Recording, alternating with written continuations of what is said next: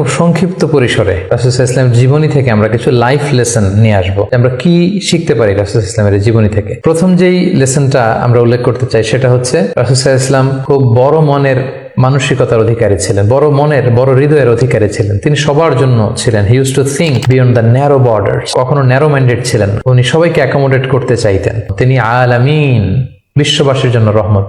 He is for all and his teaching is for all. দ্বিতীয় যে শিক্ষাটা আমরা পাই সেটা হচ্ছে রাসূল সাল্লাল্লাহু আলাইহি ওয়াসাল্লাম সবসময় সংঘবদ্ধ জীবন যাপন করেছেন। আমরা যদি দেখি মক্কাতে সংঘবদ্ধ, মদিনাতে সংঘবদ্ধ, যেখানে তিনি ছিলেন সংঘবদ্ধ ছিলেন। এবং আমরা যেন ইউনাইটেড থাকি, কোরআনের শিক্ষাটা তিনি বারবার বলেছেন, ওয়ালা তাফাররাকু, তোমরা বিচ্ছিন্ন হয়ো না, তোমরা আলাদা হয়ে জীবন যাপন করো না, বরং তোমরা সংঘবদ্ধ জীবন যাপন করো। 3 নম্বর যে শিক্ষাটি আমরা পাই রাসূল সাল্লাল্লাহু আলাইহি ওয়াসাল্লামের জীবনী থেকে সেটা হচ্ছে তিনি পিস লাভার ছিলেন, শান্তিকামী। কখনো সংঘাতে, সহজে বিরোধে জড়াতে চাইতেন না। সবসময় শান্তি প্রতিষ্ঠায় তিনি অগ্রগামী ছিলেন। আমরা যদি দেখি যে কুরাইশদের সাথেও কিন্তু তিনি পিস ট্রিটি করেছেন, শান্তি চুক্তি। সাহাবারা রাজি হচ্ছিলেন না, কিন্তু তিনি করেছেন। মদিনায় এসে তিনি মদিনা চার্টার করেছেন, মদিনা সনদ করেছেন, ইহুদিদের সাথে একসাথে থেকেছেন। কিন্তু মদিনা সনদ ভঙ্গ হয়েছে যখন তারা বিশ্বাসঘাতকতা করেছে। তার মানে তিনি সবসময় শান্তির পক্ষে ছিলেন। তো আমরা যারা নবীজির উম্মত বলে নিজেদেরকে দাবি করি, আমরা যেন সবসময় শান্তিকামী হই, আমরা যেন শান্তির পক্ষে থাকি, এটা আমাদের জন্য শিক্ষা। 4 নম্বর যে শিক্ষাটি আমরা পাই সেটা হচ্ছে he was the flag bearer of justice.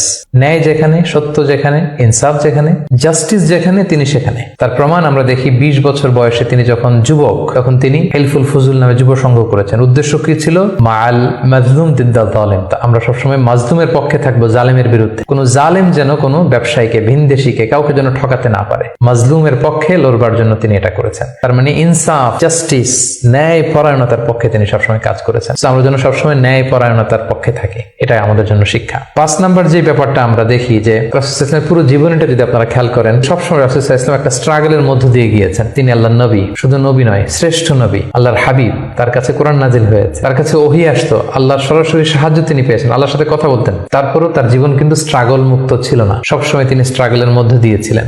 আমরা একটু স্ট্রাগল করলে হতাশ হয়ে পড়ি, একটু বিপদে পড়লে হতাশ হয়ে পড়ি। আমরা যদি রাসূলের জীবনে দেখি তাহলে আমরা বুঝতে পারবো না, হতাশ হওয়া যাবে না, ধৈর্য ধারণ করতে হবে। কারণ struggle is the part of our life. আমার নবী স্ট্রাগল করেছেন, তিনি সংগ্রাম করেছেন। সো সংগ্রাম আমাদের জীবনের অংশ।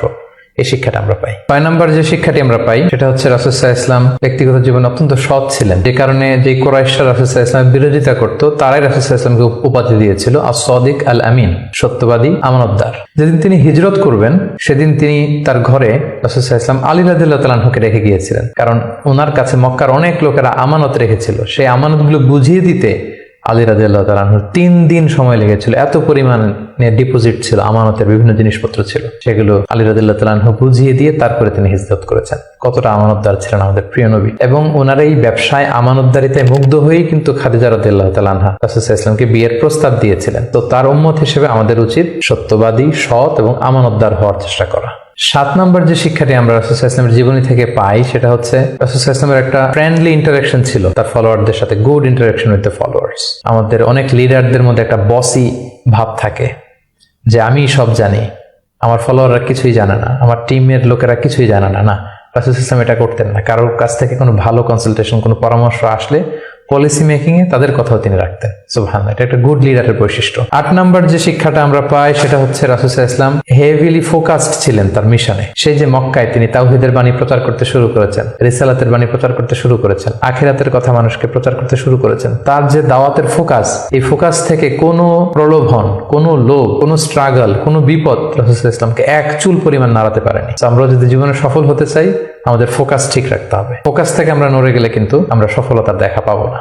9 নম্বর যে শিক্ষাটা আমরা পাই রাসূল সাল্লাল্লাহু আলাইহি ওয়াসাল্লামের কম্প্যাশনেট এন্ড মার্সিফুল অ্যাটিটিউড। রাসূল সাল্লাল্লাহু আলাইহি ওয়াসাল্লামের দয়াদ্র মানসিকতায় অনেক শত্রু কিন্তু রাসূল সাল্লাল্লাহু আলাইহি ওয়াসাল্লামের বন্ধু হয়ে গিয়েছিল, ঈমান এনেছিল। আমরা দেখেছি মক্কা বিজয় যখন করেছিলেন, চাইলে পিষে মারতে পারতেন কুরাইশদেরকে, যারা বছরের পর বছর জন্মভূমি থেকে দূরে থাকতে বাধ্য করেছিল রাসূল সাল্লাল্লাহু আলাইহি ওয়াসাল্লামকে। রাসূল সাল্লাল্লাহু আলাইহি ওয়াসাল্লাম কি করলেন? বললেন যে না, লা তাসরিবা আলাইকুমুল ইয়াউম, কোনো প্রতিশোধ, হিংসা কিছু নেই, ক্ষমা করে দিলাম, যাও তোমরা স্বাধীন। এভাবে নানা ঘটনায় আমরা দেখেছি রাসূল সাল্লাল্লাহু আলাইহি ওয়াসাল্লাম তার অমীয় অনুপম চরিত্রের মাধ্যমে তিনি মানুষের মন জয় করেছেন। এই গুণাবলী যেন আমরা আমাদের মধ্যে ধারণ করবার চেষ্টা করি। সব শেষে শিক্ষাটির কথা বলবো, সেটা হচ্ছে succession management. A good leader produces good leaders. একজন ভালো নেতা শুধু ফলোয়ার তৈরি করে না, সে আরো নতুন নেতা তৈরি করে। আমরা যদি দেখি রাসূল সাল্লাল্লাহু আলাইহি ওয়াসাল্লামের ইন্তেকালের পরে আমাদের লিডারশিপ নিয়ে কোনো ক্রাইসিস হয়নি, সেখানে দাঁড়িয়ে গিয়েছে আবু